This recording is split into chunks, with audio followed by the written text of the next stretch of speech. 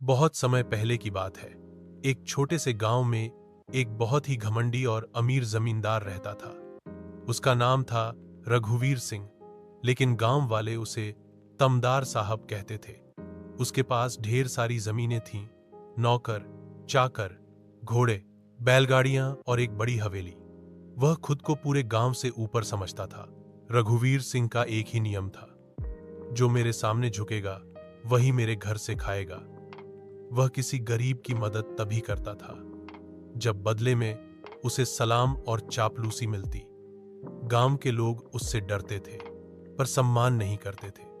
बच्चे तक उसे देखकर छिप जाते। एक दिन गांव में एक बूढ़ा फकीर आया। वह गांव के बाहर एक पीपल के पेड़ के नीचे बैठ गया। वह दिन भर भजन करता और जो भी कुछ मिलता उसी में गुजारा करता। धीरे धीरे उसकी सादगी और विनम्रता ने गांव वालों का दिल जीत लिया। लोग उससे आशीर्वाद लेने लगे। जब यह बात तमदार साहब को पता चली तो उसका अहंकार जाग उठा। उसने कहा, कोई फकीर मेरी इज्जत कम नहीं कर सकता, मैं सबका मालिक हूं। उसने अपने नौकरों को फकीर को गांव से भगाने का हुक्म दिया। लेकिन जब नौकर वहां पहुंचे तो देखा कि फकीर को गांव के कई लोग खाना, वस्त्र और सेवा दे रहे हैं। उन्होंने डरते हुए यह बात तमदार साहब को बताई।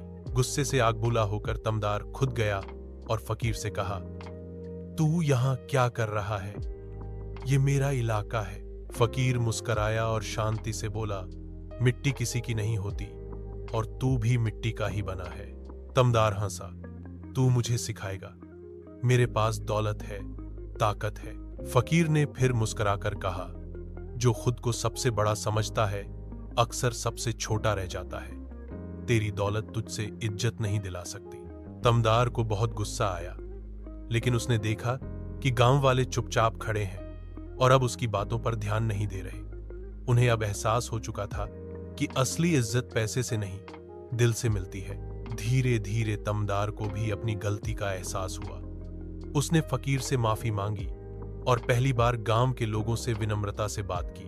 उस दिन के बाद तमदार बदल गया। उसने गरीबों की मदद बिना किसी शर्त के करनी शुरू की। उसका घमंड टूट गया और गांव ने उसे सच्चा नेता मान लिया।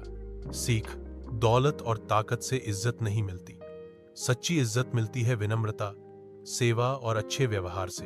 अगर आपको ये कहानी पसंद आई हो तो लाइक जरूर करें, कमेंट में बताएं कैसी लगी और सब्सक्राइब करना ना भूलें ताकि और भी ऐसी कहानियां आप तक पहुंचती रहें।